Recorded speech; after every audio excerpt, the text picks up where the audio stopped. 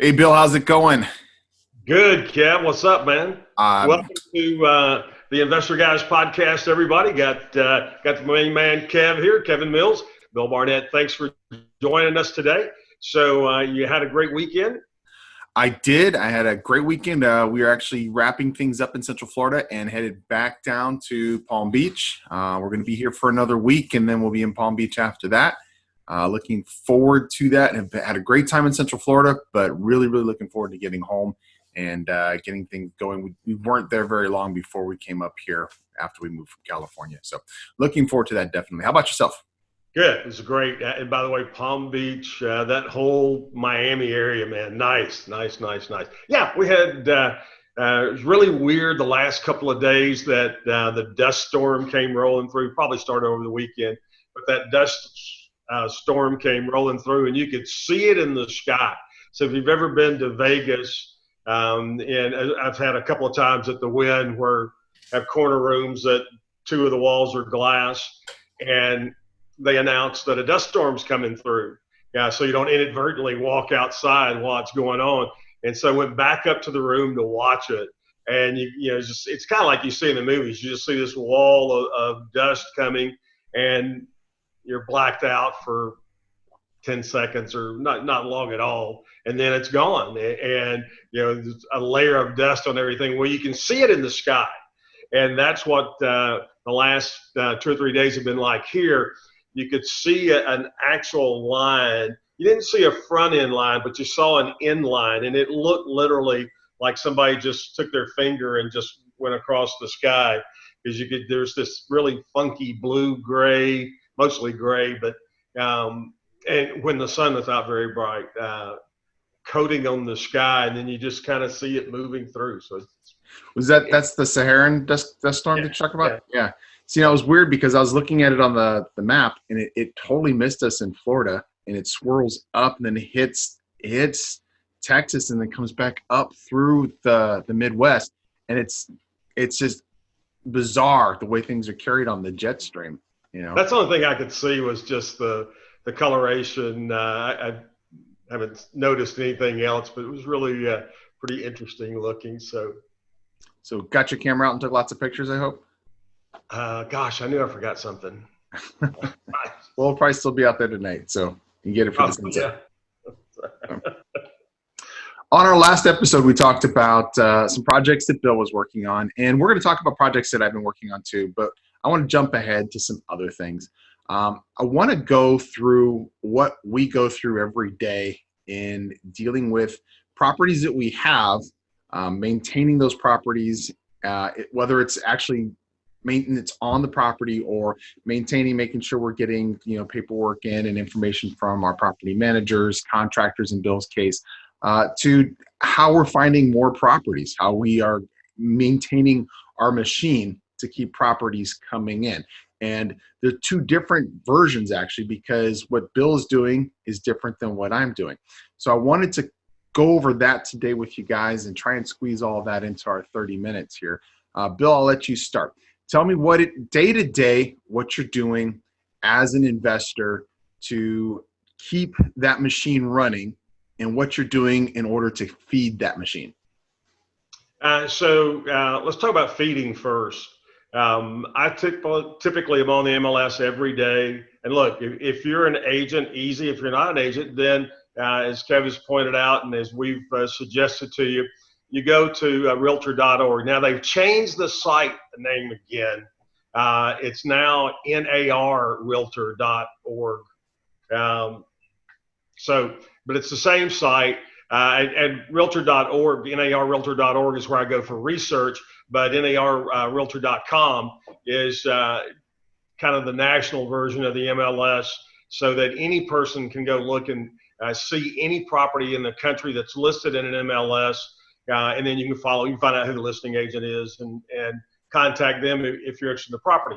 So if you're, because I'm a brokerage firm, I'm in the actual MLS, but I could do it this way just as easily. So I'm filtering every single day. I go take a look. One of the things that I love buying is foreclosure properties because of the typical likelihood those properties are not in the best of shape. when people start getting behind financially, if the first thing that goes, even before skipping payments, the first thing they do is they start skipping maintenance. So a lot of times these properties will start to go downhill while they're going through that foreclosure process. And you hear this all the time about somebody talking to somebody in pre-foreclosure and they haven't made a payment in 10 months or 12 months or 14 months or 6 months. Or, it is a much longer process than most people think. Even here, we have the shortest foreclosure process timeline in the country, which is 21 days. But it's only 21 days once all the proper notifications have been done. Those proper notifications take 2-3 months, even if they're doing them perfectly. So you're likely to see a property that's going to be 4 or 5 months of no payments being made before you get to it. And then if anything's going on with that property, summertime here, we see a lot of foreclosure, a lot of foundation movement in those foreclosures because there's no rain. Most of, certainly the Metroplex has a high clay content. So when it gets to drying up, that ground moves very easy, a lot of sand in it as well. So you get foundation issues. So I'm always looking at what's been foreclosed on, and you can't keep up with it. There's so many, and remember, we're in a hot market right now. There's so many of those, you just can't keep up with it. And so that's an easy way. And then I have several agents. Of course, in my case, they all work with me. Or work for me, however you want to say that, that all work at DFW Properties, that are always on the lookout for things that maybe aren't listed yet, maybe a pocket listing with somebody that they can just go, hey, you know what, this is going on the market on Monday, but you got a couple of days here to go take a look at it and see what you think, and we'd just as soon do it with you as do it, put it on the market. So those are things, but I'm typically in the MLS every single day. Then, so that kind of covers for foreclosures, but you're also doing obviously rehabs with the foreclosures, but you're doing other types of properties too. And when we were talking about properties that you're working on right now, you talked about how you had picked up some properties that were owner finance. So are those your two primary focuses? Is that what basically feeds your machine? I mean, with some other things here and there? The owner finance stuff is, I look at it as almost free property. Because it's always, and I say always, it is mostly a situation where it doesn't take a lot of down payment money. So if I can get owner financing for $5,000 or less, it gives me a lot more movement in the deal so that I can put the numbers together that work for everybody. And so I'm always looking at that. Now, those, if you go online, and I look at the Dallas Morning News and 4-Star Telegram online, newspapers still actually exist.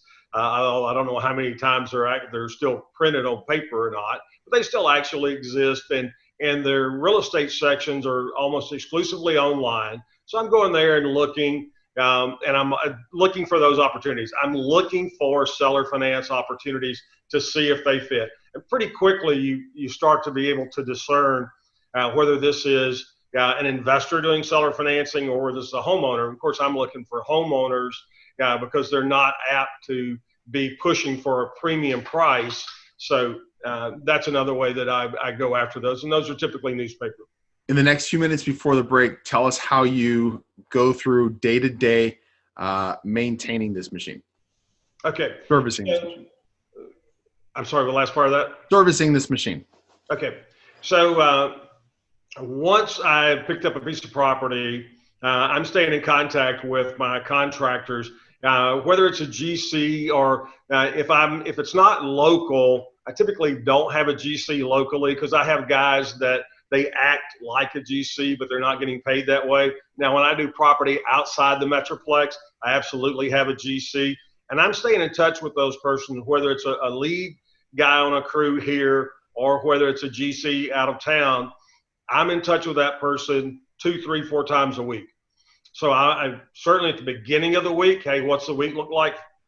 At the end of the week, where are we? How do we do? What do we get done? And then usually at least once during the week, hey, just want to touch base. How we doing? everything going okay? What do you need? What are you missing? What's popped up that we didn't see? And so it's just a communication thing. It's staying in constant contact with your crews so that you know without having to go there all the time. Because like I got a house that's 45 minutes away from me.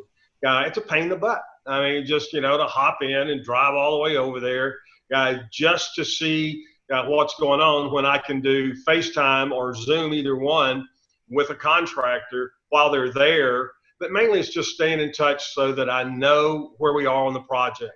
Are we staying on budget? Are we staying on time? So that's the biggest piece of the maintenance, is just knowing, maintaining the machine, knowing where your properties are, and then also keeping a look at where my funds are. How much money do I have available to go into new deals? What money do I have coming up? Just staying on top of that, so when you hit heavy push times, you know that you'll be able to pick up multiple properties, or, hey, I'm kind of light till the end of the month, so what's going to happen is I'm only looking at one extra deal right now. And it may even be, hey, you know what, did some marketing things, so I need to wait until July to pick up another property. Just depends on cash flow there. And when we come back from the break, I want to hear when you're finished with the property, what you do. It's probably simple as just listing with one of your agents. But let's go ahead and run into a break really quick, and we'll get to that. 11 months out of the year, Bill and I host real estate buyers events in cities like Cleveland, Ohio, where we ourselves invest and see great returns. We show investors the types of strategies we're using, the types of properties we're using. We introduce them to people here on the ground and the resources that they can use to get started right away. Day 4 of this event, we're actually touring properties and making offers on properties. This event was designed to put properties in your portfolio right away, high-performing properties. Read more about the Real Estate Buyers event. Get registered. We'll see you at the next event, realestatebuyersevent.com.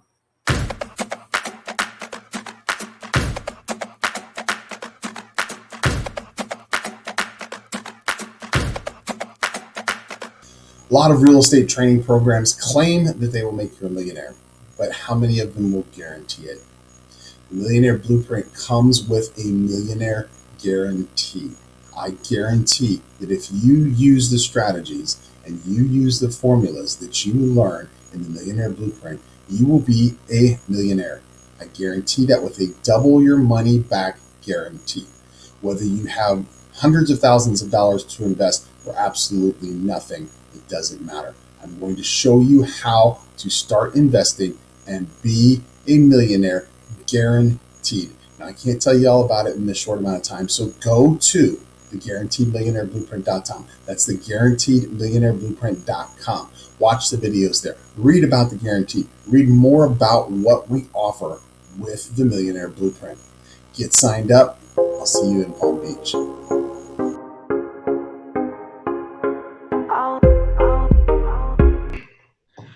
And we're back. And before the break, we were talking with Bill about what he does on a day-to-day basis in order to feed his investing machine and maintain his investing machine. And we got up to the point where we were going to take a break. But what I wanted to ask him, kind of the final piece in this puzzle, is what is it you do once your properties are completed? Do you contact one of your salespeople and have them list the property? Is it that simple, or what do you do? So yes, in May of 2010, I bought a traditional real estate brokerage firm, and basically bought it because I looked at how much commission that I had paid over the previous 10, 12 years, and I was like, this is nuts. I'm not even getting Christmas cards from these people. So I need to have some of that money coming right back to me. So I bought a brokerage firm. I bought dfwproperties.net. And then, so I'll contact one of my agents. If I'm out of doing property out of state or out of town, then obviously that won't be through my agents. That'll be through another agent. Now, can you do not owner finance, but can you do for sale by owner? Certainly you can. But look, if all I've got to pay is 6%, I can calculate that into what my asking price is to make sure that I'm getting enough to cover that and I'm not giving up any net profit. And two, you also have to have a feel for what's the different timeline between FSBO and going through the MLS as far as how long it takes to sell your property in that market because of your carrying cost. So I've And got your about time. If you're doing it for sale by owner, you're there showing these people property. You're meeting clients, showing properties.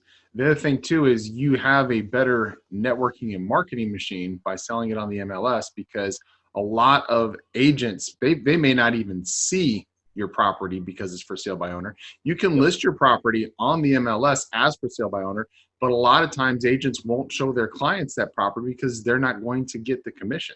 So by putting it on the MLS and by having an agent represent that property, you have your best foot forward. You have the best ability to get that property sold as quickly as possible. Yeah, and one of the things that we do, and I stress this to our clients all the time, we still do additional marketing, even though we've listed it with an agent and in the MLS. Now, here's the only catch there. When you do that, you can't put your phone number. You have to put the agent and the agent's phone number. But I do a lot of, I call it circus marketing, where I'll put banners up on a property like you see at a used car lot when they're opening, or on 4th of July, little pennant banners. We'll run pennant banners. We'll have multiple signs in a property. So those signs, one of my favorites is looking at, I'll talk to 2 or 3 different mortgage brokers and say, okay, based, what do you think in the next 30 days, where is it today and where do you think it's going, is an average rate for a mortgage, not somebody that's got impeccable credit, just kind of an average number. I don't want bottom of the barrel credit. Just give me an average. So right now we're using about 3.5%. There's a lot of stuff. You get 2.75. Yeah, you can if you have an 8.10. Most people don't. So I don't play those games. I'm like, I want to know what an average person could reasonably expect to get if they could qualify with you. And so right now we're using about 3.5. So what will happen is once that property is listed in the MLS, I'll have some signs made up, and I use fast signs, which are pretty much all over the country. And I'll go ahead and get some banners and some corrugated signs. I love they have a basic 6-foot banner. It's like $89. It's 6 foot by 3 foot. It's heavy vinyl. It comes with brass ringlets in it, which means that you have an opportunity to reuse it. Oh, gee, you'd never do that, Bill. Yeah, you will once you're doing enough property. And so I'll say, all right, based on a sales price of $200,000 at 3% or 3.5% on a 30-year mortgage, what is the typical payment going to run? Well, just pull a number. It's running $1,750. So I'll have that put on a banner. Of course, you got to put the little disclaimer on the bottom of it. And that disclaimer, the banner says, this home could be yours for as little as $1,750 a month. And then under that, it says based on approved credit. And so you got your disclaimer covering yourself legally, but it gets a lot of attention. And even though it's listed in the MLS, that's a huge thing for people that are looking at property. One of the first questions they're always thinking about is, what's my payment going to be? So if you answer that on the front end as best you can, then you got a good shot at having more interest in that property. So like I said, I do streamers. That's my favorite banner. That usually goes on the garage door unless it's not facing the street. And then I'll put it on tomato stakes. Tomato stakes are 5 foot 1x4s. You can buy at Home Depot or Lowe's or wherever. Have a pointed end on the one end, and they're usually sold to gardeners for raising tomato plants. But they also work great, usually 6 foot. They work great for putting these banners on. So you can just tack the banner to these if you can't put it on the garage, and just stick it out in the yard so that you get a lot of attention. Yeah, I have agents do when we do open houses. On the rare occasions I do open houses, we'll actually do those pennants like you see at the car lots. We'll run them from the corners of the houses over to the corners of the yard. Literally just stake them into the yard. We'll run another set over to the signs, and just for open house, just gets people's attention. Big arrows pointing everywhere. A lot of times we'll even put some speakers outside and play some music, make it sound like a party. But yeah, get the attention towards the house. Absolutely. So We'll put hours. Sorry about that. get some dogs out there. We'll put hours Threatening him? in the center of the roof. And hang on a second. Should we take a break? My name's Kevin Mills. I have a real estate training program that is so powerful, I will back it up with a double your money back guarantee that it will make you a millionaire. That's right. Double your money back guarantee that you will be a millionaire if you use what you learn in the Millionaire Blueprint. I call it the Guaranteed Millionaire Blueprint, and you can read more about it and watch more videos at guaranteedmillionaireblueprint.com. That's guaranteedmillionaireblueprint.com. Check it out. All the information is there.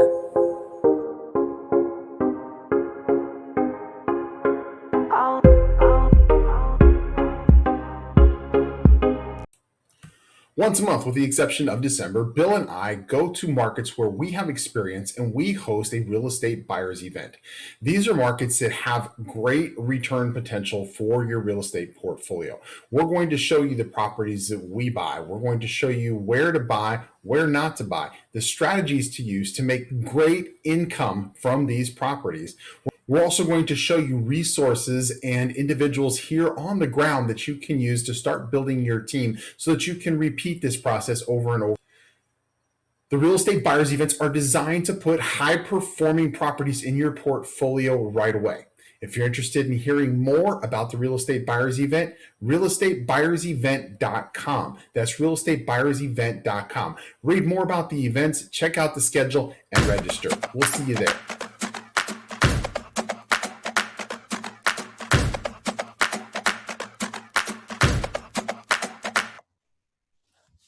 And we are back after a short technical difficulty, but Bill got that taken care of. So really, and I'm going to go ahead and lean into what I do, but in a nutshell, what you're doing is not that difficult. It doesn't take up your entire day. It doesn't require a lot of effort. Worst thing you have to do is drive 45 minutes to check on a project. Yep. So, and that's maybe once a week, if that. So, yeah, I don't average once a week. All right. So Bill's strategies are, what's that? As long as there's not a problem going on, it's mostly done by phone. And that's what I like about real estate, and especially about what I do with real estate, is it's almost set it and forget it. Now, Bill's focus is more on rehabs. Mine is more on buy and hold for income.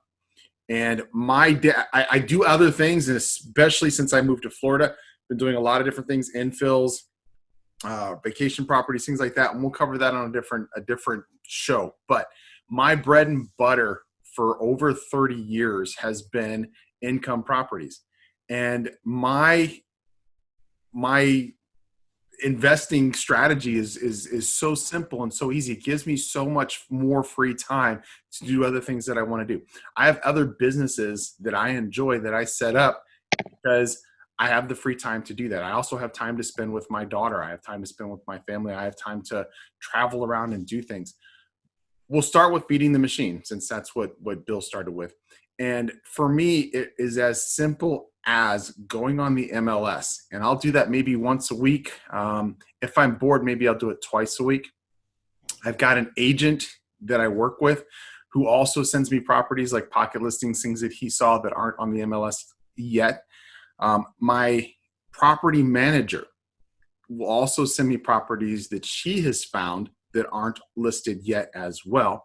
And I've got people in the markets where I work that will send me properties also that they have found, because I'll give them a finder's fee. Especially if it's not on the MLS, I can give them a nice finder's fee because I don't have to pay an agent or anything else. And they know that. So they feed properties to me that fit the criteria that I'm looking for. I can spend maybe an hour, if that, on the computer. And I did this yesterday, actually. Yesterday was one of the days that I did this. And so many properties that came across my desk, I can't even do them all. I sent Bill a few of them because Bill is interested in doing a few of these. I sent him 4 or 5, all that fit a criteria that's going to put 50% or more profit in your pocket. So I spent I spent an hour yesterday identifying these properties, making a phone call to my agent and making a phone call to my property manager. Now, the phone call to my property manager was to follow up on properties that we have accepted offers on from last week. Once I have an accepted offer on the property, I let my property manager know. I have her go by or send somebody by and take a look at it. Let me know what the rents are going to be. I always use the low bottom rents when I do the projection. She'll send somebody over there, or she'll go over there herself and tell me what the actual rents are going to be, because it could be more than what I have used for my projection. They'll also be able to lay eyes on the property and tell me what it might need that maybe my real estate agent missed, because real estate agents look at things differently than property managers do unless they're in property management. So she'll be able to tell me what that property needs. I let her know that I'm looking at whatever properties, but I'll let her know once we have accepted offers, because there's no need for her to go over there or send somebody over there until I have an accepted offer on the property. Now, if she gets over there and I was off and it doesn't look like the pictures that I saw, it's not going to be the rents that I thought it was, whatever it is, I can always back out of that offer, because I have time to go and review the property, have it inspected and everything else. I really have not had that situation happen, but I always have that safety net there if I need it. Now, when I was finished, I sent all of my properties that I had selected over to my agent, and his name is Dennis. And I just called Dennis and I said, hey, I sent you an email. I got the properties in there that I'm interested in. Let me know. Let's go ahead and get offers on them. Today, I will get an email from Dennis telling me that he made those offers. And he'll probably send me copies of each one of the offers that he sent. Okay. I'll sign them. I'll send them back to him so he has it. He'll get the process started, though, even without my signature. I will hear back on each of those properties typically within about 2 weeks, and I'll start that process over again. The whole thing out of an entire week takes me between 2 and 3 hours, if that, to maintain that entire business model. And I can do it literally sitting from where I'm sitting right now on my computer, minus this microphone. It is really that simple, really that easy. Now, one of the things that Bill and I will teach you when we do a course is formulas that will get you to where you want to be. So in order to be able to buy 5 to 10 properties a week, you're going to need $50,000 to $100,000 to do that. If you have it in your pocket, great. If you don't, there's ways to get it in your pocket.